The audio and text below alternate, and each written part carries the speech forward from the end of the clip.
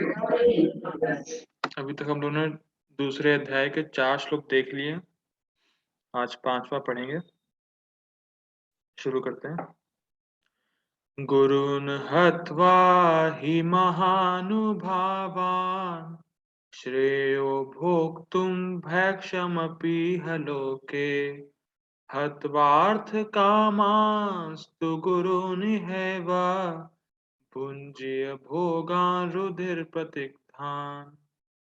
गुरून् हत्वा हि महानुभावान् श्रेयो भोक्तुं भैक्षमपीह लोके हत्वार्थकामांस्तु गुरूनिहैव भुञ्जीय भोगान् रुधिरप्रतिग्धान्। टेक्स्ट देखते हैं इसका।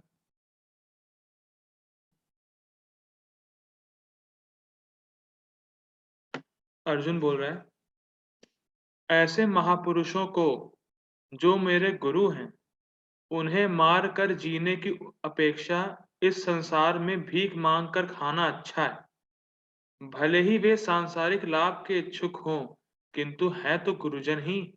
यदि उनका वध होता है तो हमारे द्वारा भोग्य प्रत्येक वस्तु उनके, यहाँ अनके लिखा है, मिस्टेक है, उनके रक्त से सनी होगी। तो एक बार देखते हैं श्लोक। गुरुन हत्वा, गुरु ना हत्वा, गुरु को नहीं मारकर, ही महानुभावान, कौन है गुरु उसके? अर्जुन के महानुभावान, महानुभाव महापुरुष है। श्रेयो, उनको ना मार के श्रेयस्कर ये होगा, भोक्तुम भैक्षम अपीह लोक, भोक्तुम मतलब मैं रहूंगा या मैं अपनी लाइफ चलाऊंगा, भैक्षम भीख मांगकर, इह इस लोक में, लोके हत्वार्थ कामांस्तु गुरु निहैव, हत्वार्थ कामांस्तु मतलब भले ही वो काम के वशीभूत हो गए हों, मेरे महानुभाव काम की इच्छा से युद्ध कर रहे हों। हत्वार्थ कामांस्तु, काम की इच्छा से वो लोग युद्ध में आए हों हत्या करने के लिए, लेकिन है तो गुरु इहैव, वो है तो मेरे गुरुजन ही ना। भुंजीय भोगान, अगर मैं युद्ध करूंगा तो प्रत्येक वस्तु का जो मैं भोग करूंगा, भुंजीय भोगान रुधिर प्रतिग्धान, रुधिर मतलब उनके रक्त से, प्रतिग्धान मतलब सनी होगी। तो अगर मैं अपने गुरुजनों को, पहली बात तो मैं गुरुजनों को नहीं मार के श्रेयस्कर ये होगा कि मैं भीख मांग के रह लूं, लेकिन अगर मैं युद्ध करूंगा भी और जीता तो जो प्रत्येक वस्तु जो भोग करने की होगी वो रुधिर प्रतिग्धान, उनके रक्त से सनी होगी, तो मैं भोग नहीं कर पाऊंगा या भोग नहीं करूंगा। तो प्रश्न ये है, क्या रक्त से सनी होगी मतलब क्या रक्त होगा उसमें? जैसे मान लीजिए रोटी को, मतलब आटे को पानी में घोल के रोटी बनती है, अगर पानी में, अगर आटे को रक्त से साने तो, रोटी में खून लगा हो तो, पानी में थोड़ा खून मिला दें तो ऐसी क्या वस्तुएं भोगनी, भोग करने योग्य है? बिल्कुल नहीं, ऐसा कौन भोग करेगा? भाई किसी को किसी का खून लगा होगा तो व्यक्ति कैसे भोग कर पाएगा? तो रक्त लगा होने का मतलब क्या है, वो आगे कंटिन्यू करते हैं, देखते हैं आगे, देखते हैं।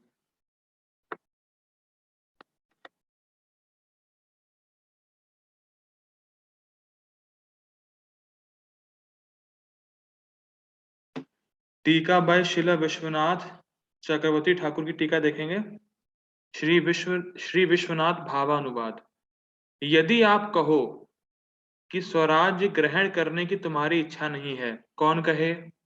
कृष्ण कहे। अर्जुन ऐसा कह रहे हैं कि अगर आप कहते हैं कि स्वराज्य ग्रहण करने की तुम्हारी इच्छा नहीं है, पुनः तुम किस प्रकार अपना जीवन निर्वाह करोगे?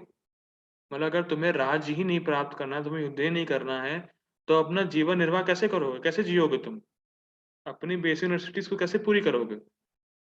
तो उसका उत्तर यह है कि गुरु वर्ग की हत्या ना कर क्षत्रियों के लिए निंदनीय भिक्षा आदि के द्वारा उपार्जित अन्न का भी भोजन करना श्रेयस्कर है।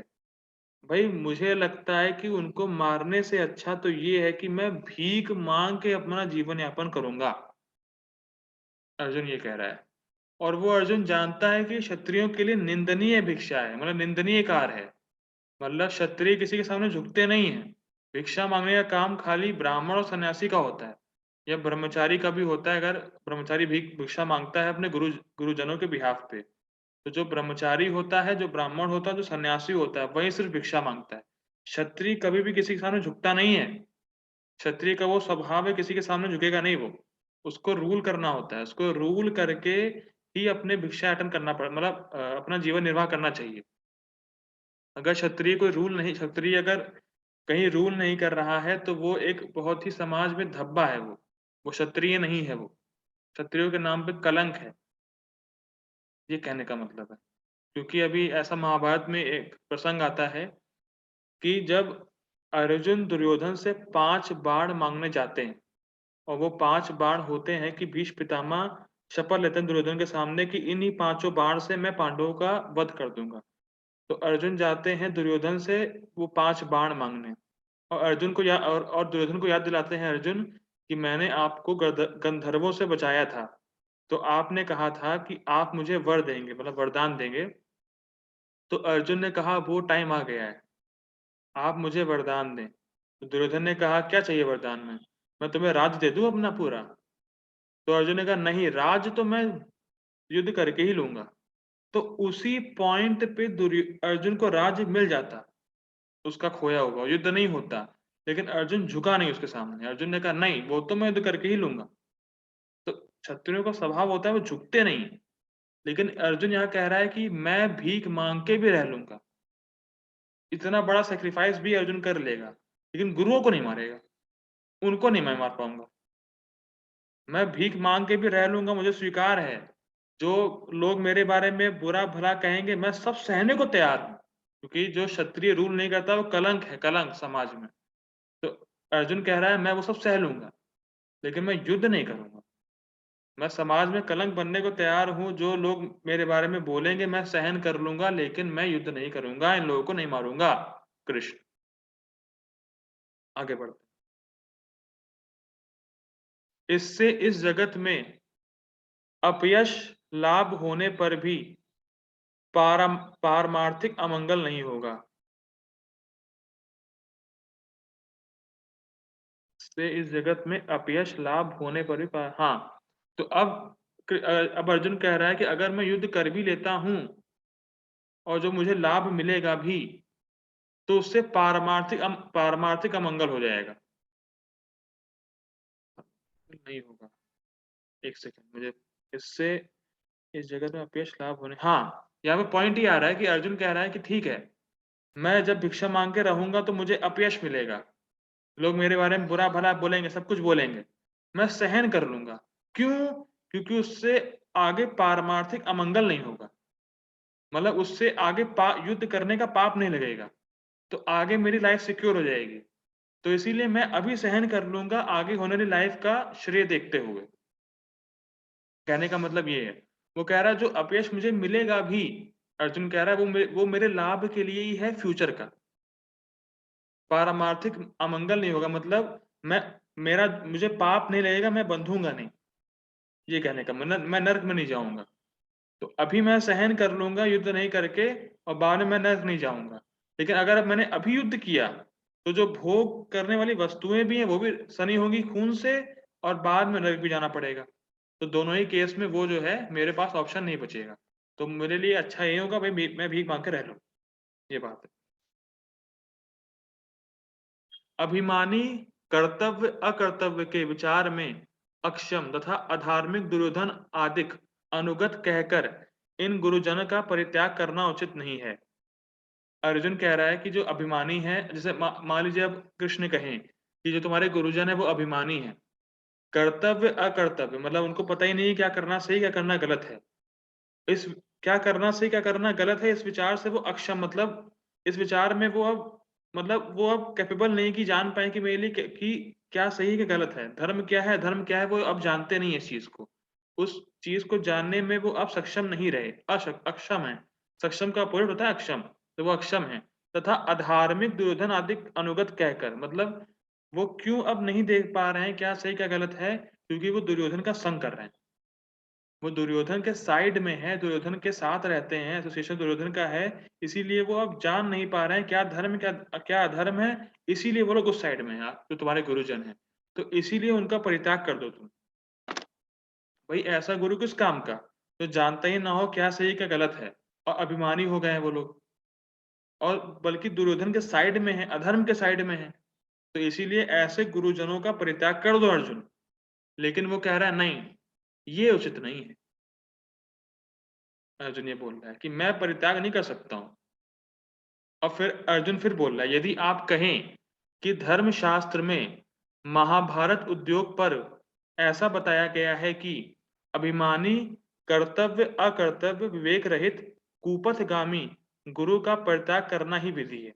आप भले ही बोलें कि शास्त्रों में लिखा है कि जो अभिमानी है, जो समझ नहीं पाता है कि कर्तव्य क्या है, अकर्तव्य क्या है, विवेक रहित है, ऐसा गुरु जो नहीं जानता है क्या सही क्या गलत है, और वो कुपथगामी मतलब अधर्म की साइड हो चुका है अब, तो ऐसे गुरुओं का परित्याग करना ही चाहिए। मान लीजिए कृष्ण ऐसा अर्जुन को बोलें कि भैया शास्त्रों में लिखा है ये, कि जो जानता नहीं है सही क्या है गलत क्या है, और कुपथगामी है, अधर्म का साइड ले रहा है, ऐसे गुरुओं का तुरंत परित्याग करना ही विधि है।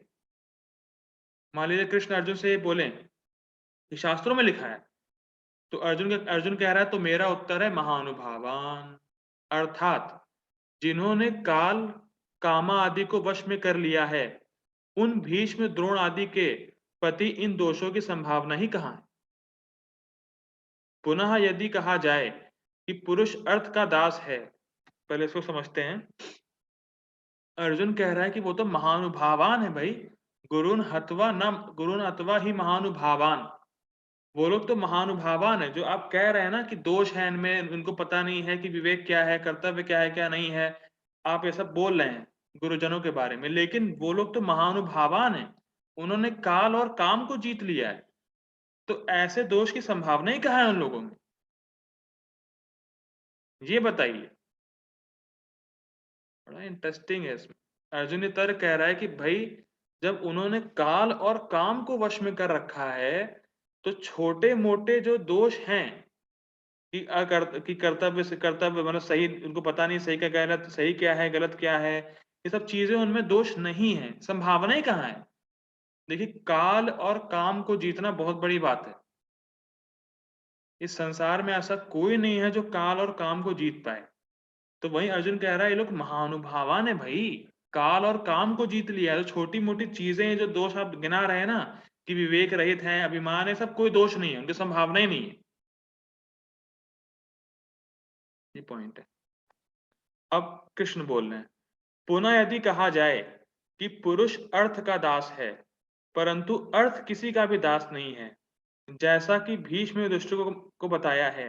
हे महाराज, यह सत्य है, मैं कौरवों के अर्थक द्वारा आबद्ध हूँ, अतएव अर्थकामी शब्द के द्वारा इनका महानुभावत्व तो पहले ही नष्ट हो चुका है। तो इसका उत्तर है यह सत्य है, तथापि इनकी हत्या करने से मुझे दुख ही होगा। इसको समझते हैं। अब कृष्ण बोले, कहाँ महानुभावान है भाई, काल और काम को जीत लिया, तुम कह रहे हो बड़ी बड़ी बातें कर रहे हो भीष्म द्रोण के बारे में, लेकिन भीष्म देव ने खुद युधिष्ठिर महाराज से कहा है कि मैं दुर्योधन मतलब दुर्योधन के रुपयों पे मैं पल रहा था, तो इसीलिए मेरा कर्तव्य है कि मैं उसको अब सहायता करूं। समझ रहे हैं पॉइंट। भीष्म देव ने दुष्ट महाराज को भीष्म देव ने दुष्ट महाराज को ये बोला कि भैया मैं दुर्योधन के पैसों में पल रहा हूं, दुर्योधन ही मुझे मेंटेन कर रहा है, तो अब दुर्योधन पे कोई दिक्कत आई है तो मुझे उनका साइड लेना ही पड़ेगा। तो वो तो अर्थकामी हो गए ना, उन्होंने पैसे को प्रेफरेंस दी भीष्म देव ने, तो उनका महानुभावत्व तो उसी समय खत्म हो गया जब उन्होंने पैसे को प्रायोरिटी दे दी थी। धर्म और धन को छोड़ दिया और पैसे के ऊपर प्रायोरिटी दी और धर्म के साइड चले गए। तो उनका महानुभावान जो गुण है वो तो उसी समय खत्म हो गया। कृष्ण ये बोल रहे हैं। तो इसके उत्तर में वो अर्जुन बोल रहा है कि यह सत्य है, आप सही बोल रहे हैं, लेकिन तथापि इनकी हत्या करने से मुझे दुख ही होगा।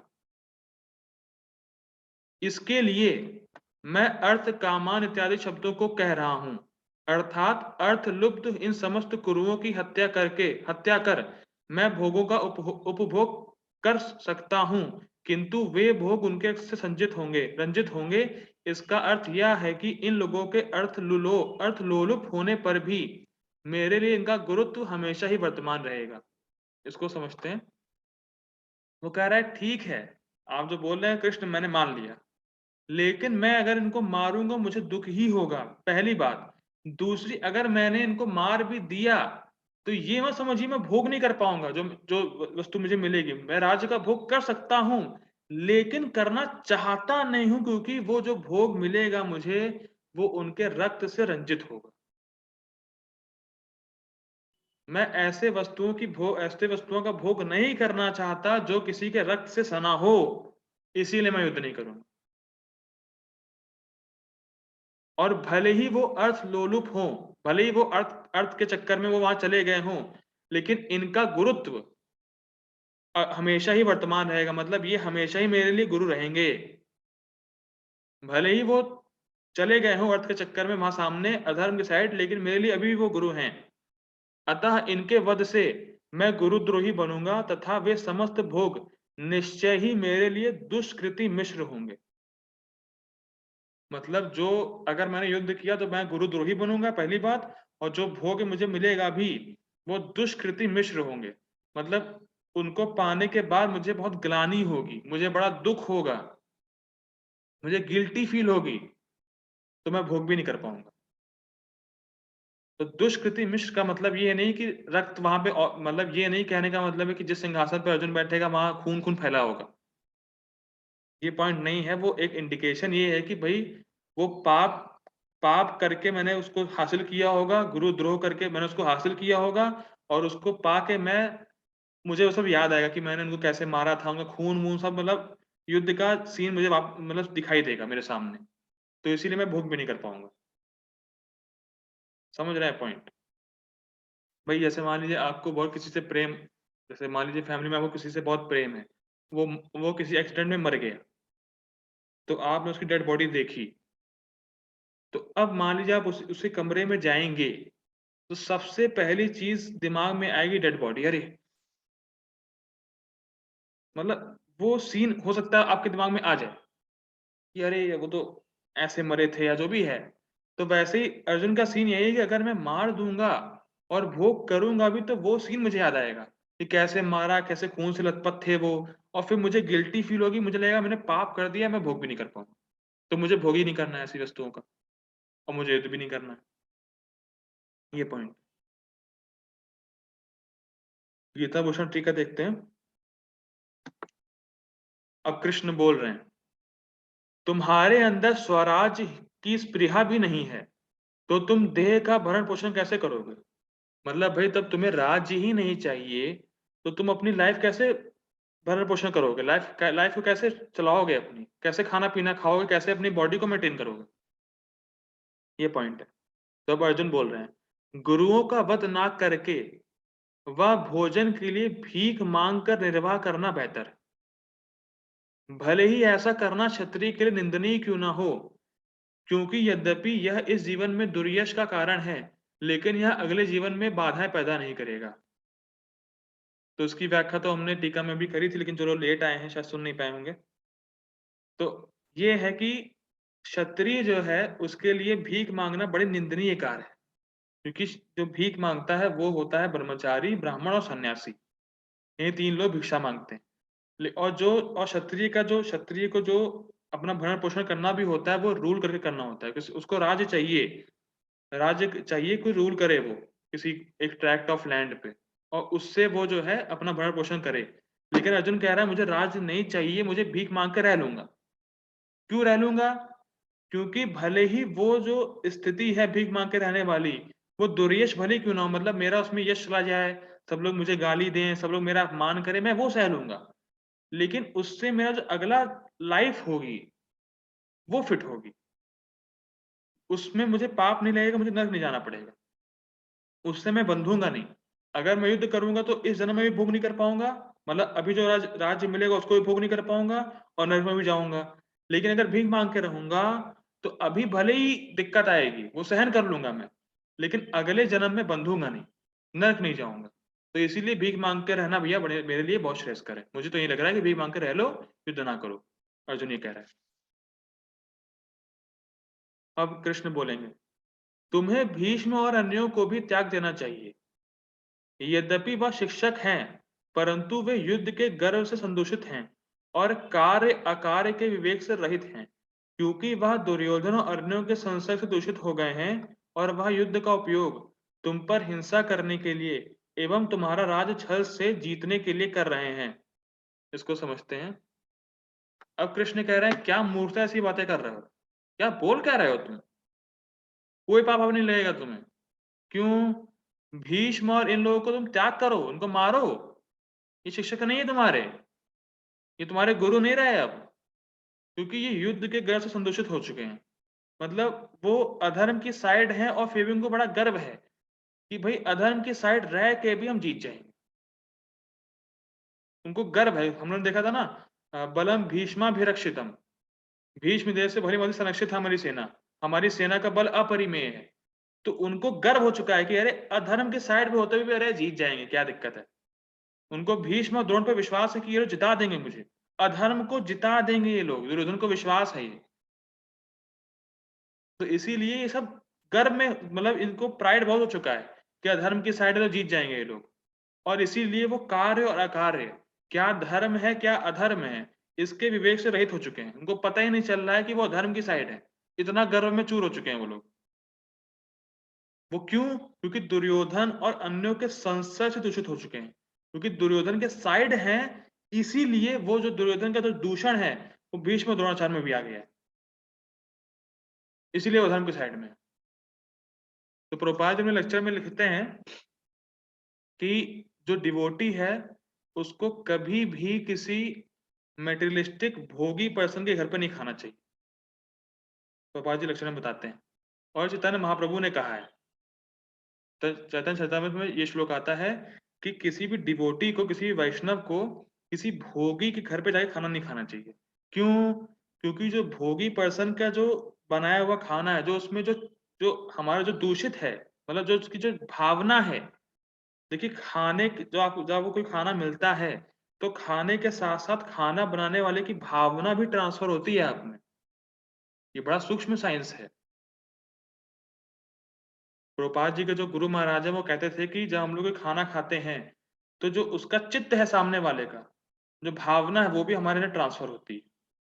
तो प्रभुपाद जी बोलते हैं कि दुर्योधन और जो सॉरी भीष्म और द्रोणाचार्य ने दुर्योधन के पैसे लिए थे, हमारे दुर्योधन ने उनको मेंटेन किया था और दुर्योधन अधर्मी था। इसी वजह से भीष्म और द्रोण भी जो है अधर्म की साइड लेने में मजबूर हो गए। वो भूल ही गए कि अधर्म क्या है, धर्म क्या है। प्रभुपाद जी इस पॉइंट को मेंशन करते हैं, अपने लेक्चर में मेंशन करते हैं। तो हम लोग को देखना पड़ेगा कि हम लोग खाना कहाँ खा रहे हैं। इसीलिए आपने देखिए नोटिस किया होगा, जब भी हम लोग बाहर का खाना खाते हैं होटल में तो तृप्ति नहीं होती है, सोचते हैं और खा लें और खा लें और खा लें। लेकिन जब घर पे खाते हैं, जब माँ बनाती है, जो भी मम्मी बनाती है, जो भी है, तो बड़ा होता है कि अरे बड़ा अच्छा खाना बना और बहुत रिलैक्सिंग, कह रहा है पेट भर गया, अच्छा लगता है। लेकिन जब बाहर खाते हैं तो क्रोध, काम, ये सब ट्रांसफर होता है उसका सामने वाले का। ये बहुत सूक्ष्म साइंस है, दिखता नहीं है लेकिन होता है। तो वैसे ही प्रभुपाद जी लेक्चर में बताए थे कि भीष्म भीष्म ने और द्रोणाचार्य ने दुर्योधन के मतलब घर पे खाना खाया, दुर्योधन ने उनको मेंटेन किया था। एक तरीके से बात ये हो रही है कि दुर्योधन के पैसे से वो लोग चल रहे थे, इसीलिए दुर्योधन अधर्म कर रहा था, इसीलिए जो अधर्म है वो ट्रांसफर हुआ भीष्म और द्रोणाचार्य। इसीलिए वो द्रौपदी के समय चुप रहे। द्रौपदी का इतना अपमान हो तो चुप रहे वो। क्वेश्चंस प्रभु जी बाद में लेंगे, आपका हैंड रेज हुआ है, क्वेश्चंस बाद में लेंगे।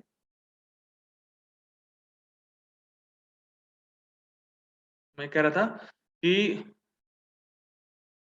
डिस्टर्ब हो जाता है थोड़ा सा। हमें कहता है कि भीष्म और द्रोण का जो, हाँ, तो इसीलिए द्रौपदी के समय में भीष्म और द्रोण भी चुप रहे थे, क्योंकि वो बोल नहीं पा रहे थे, क्योंकि उनका जो है वो पैसे से मेंटेन हो रहे थे, तो मजबूर हो गए थे वो। तो आप समझ सकते हो कितना खतरनाक है। आगे बढ़ते हैं। हाँ, और इसीलिए इसीलिए वो अब जो है युद्ध का उपयोग कर रहे हैं सामने वाले, और हिंसा करेंगे तुम्हारे ऊपर अर्जुन, तुम्हारे ऊपर हिंसा होगी अब। और तुम्हारा राज्य छल से जीतने के लिए तुम्हारा राज्य जो है छल से जीतने के लिए ये लोग युद्ध कर रहे हैं। अब क्वेश्चन आता है कि राज्य अर्जुन का कैसे था? राज्य अर्जुन का कैसे था, कोई बताएगा?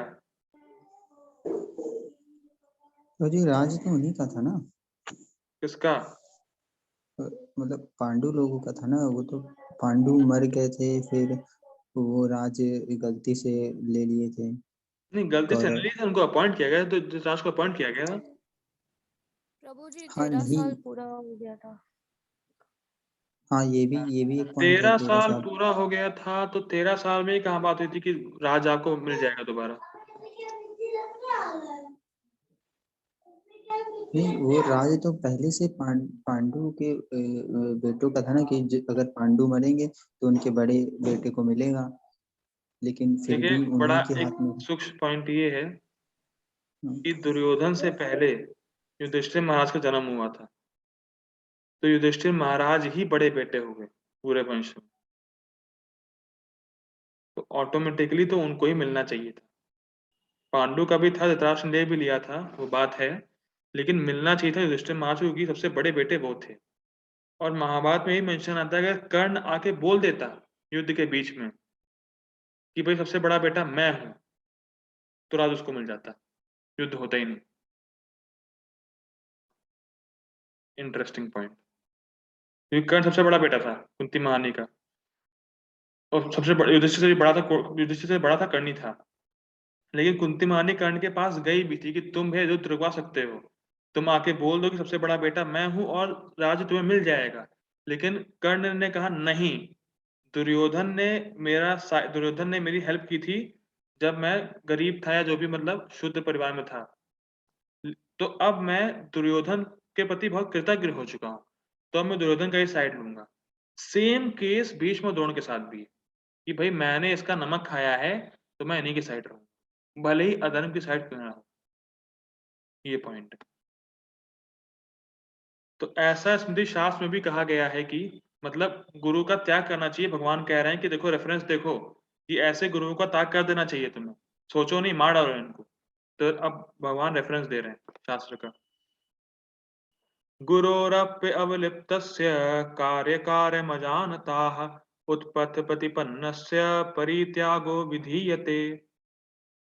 वह गुरु जो अहंकारी हो, कार्य अकार्य का विवेक ना रखता हो, और जो पापाचार में लिप्त हो, ऐसे गुरु का परित्याग कर देना चाहिए।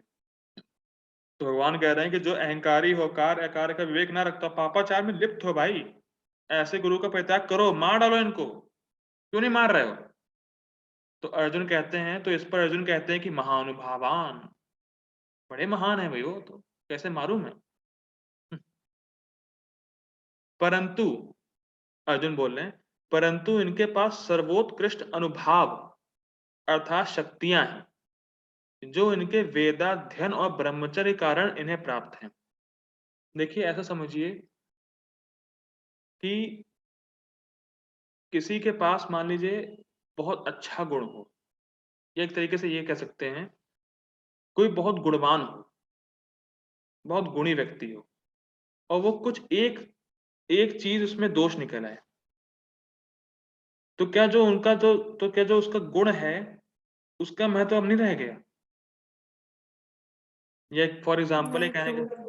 फॉर एग्जाम्पल कहने का मतलब ये है कि मान लीजिए आपके घर में या मान लीजिए रिलेटिव में बहुत अच्छा कोई व्यक्ति हो, उससे मान लीजिए गलती से कोई पाप हो गया, फिर से बहुत गलती से हो गया, मान लीजिए कुछ भी हो गया, छोटा मोटा पाप हो गया, और अब आप कहें कि नहीं उसको घर से ही निकाल दो, तो क्या ये सही है? नहीं प्रभु जी। मतलब ये कह रहे नहीं। अबू प्रभु जी, अबू प्रभु आपका बोलेंगे?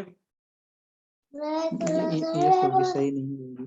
ठीक है, तो यही बात हो रही है कि अर्जुन कह रहा है कि देखिए, वो भले ही कि अर्थ के चक्कर में या पैसों के चक्कर में वहां चले तो गए हों मेरे गुरुजन, लेकिन उनका अनुभाव, जो उनका प्रभाव है वो बहुत ज्यादा है।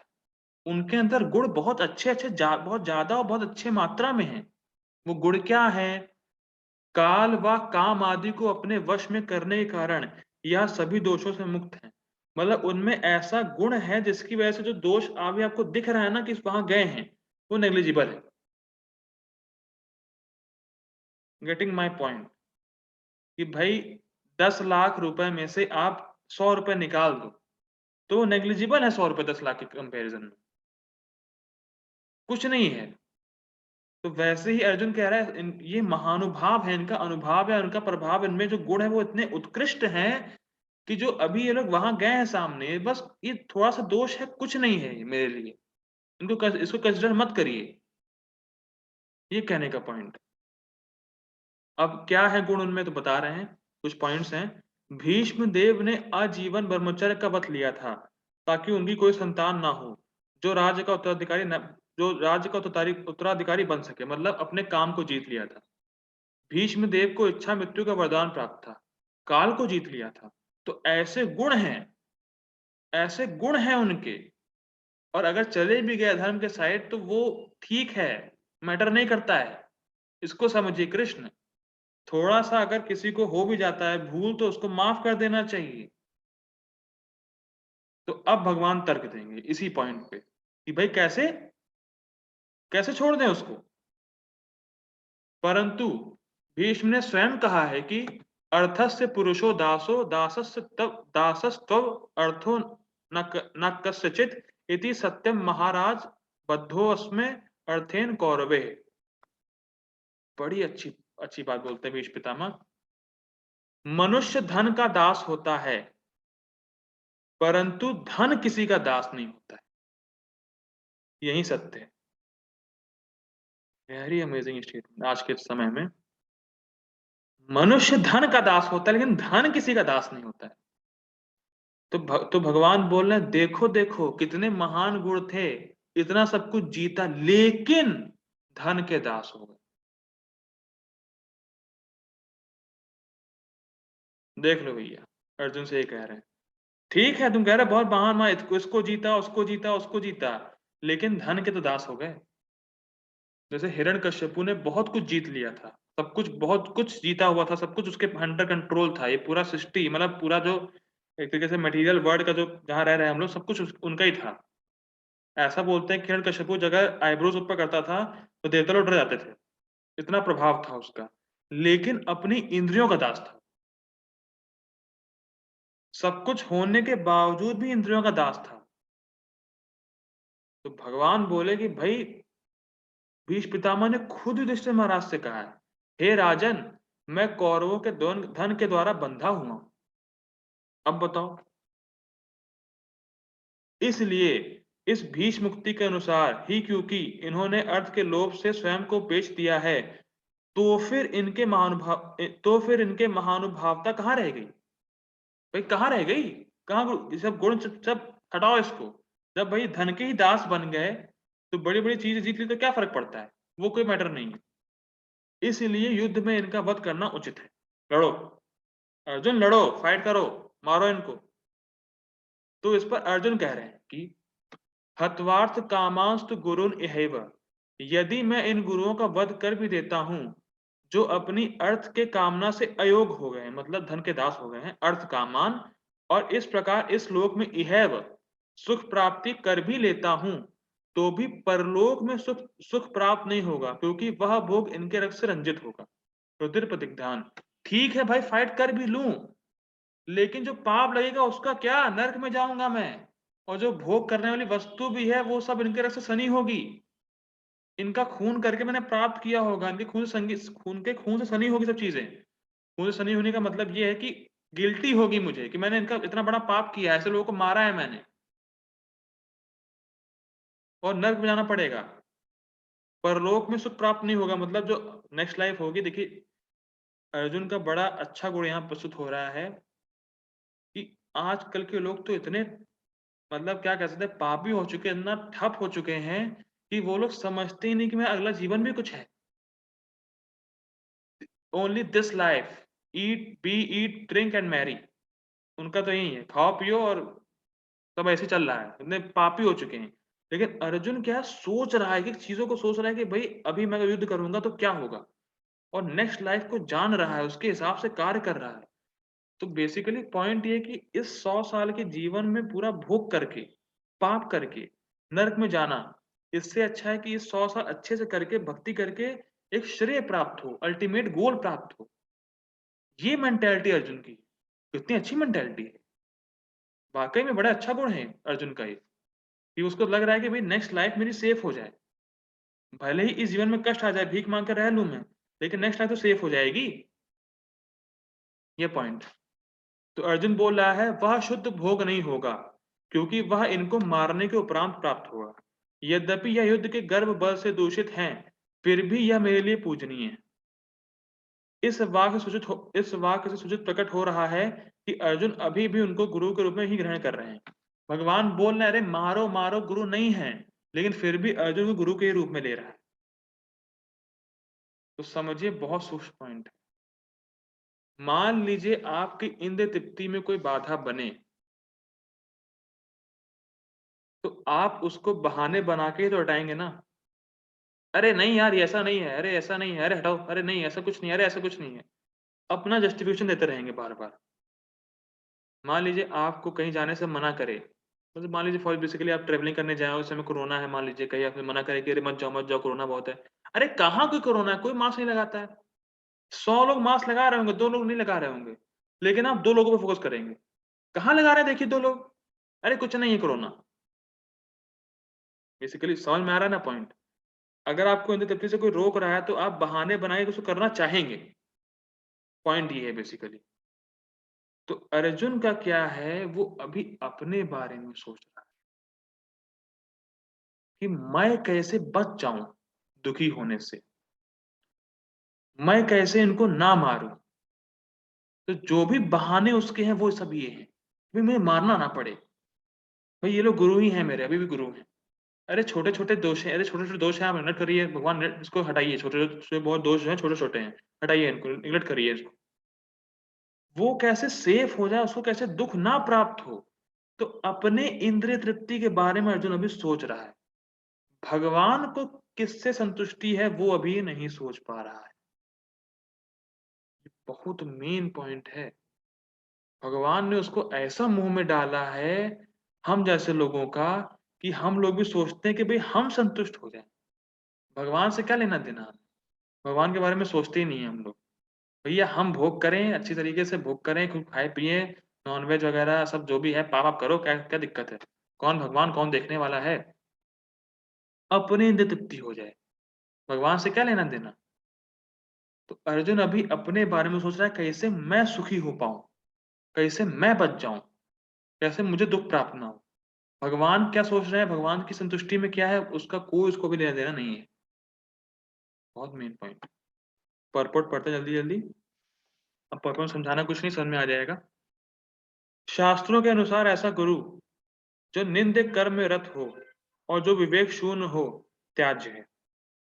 दुर्योधन से आर्थिक सहायता लेने के कारण भीष्म तथा द्रोण उसका पक्ष लेने के लिए बाध्य थे। यद्यपि केवल आर्थिक लाभ से ऐसा करना उनके लिए उचित न था। ऐसी दशा में वे आचार्यों का सम्मान खो बैठे थे। किंतु अर्जुन सोचता है कि इतने पर भी वे उसके गुरुजन हैं, अतः उनका वध करके भौतिक लाभों का भोग करने का अर्थ होगा रक्त से सने अवशेषों का भोग। तो क्लियर हो गया होगा, प्रभुपाद जी का पर्पस तो क्लियर हो गया होगा, बिल्कुल समझाना नहीं है उसमें, समझ में आ गया होगा। तो हम लोग अभी रखते हैं आज। हरे कृष्णा।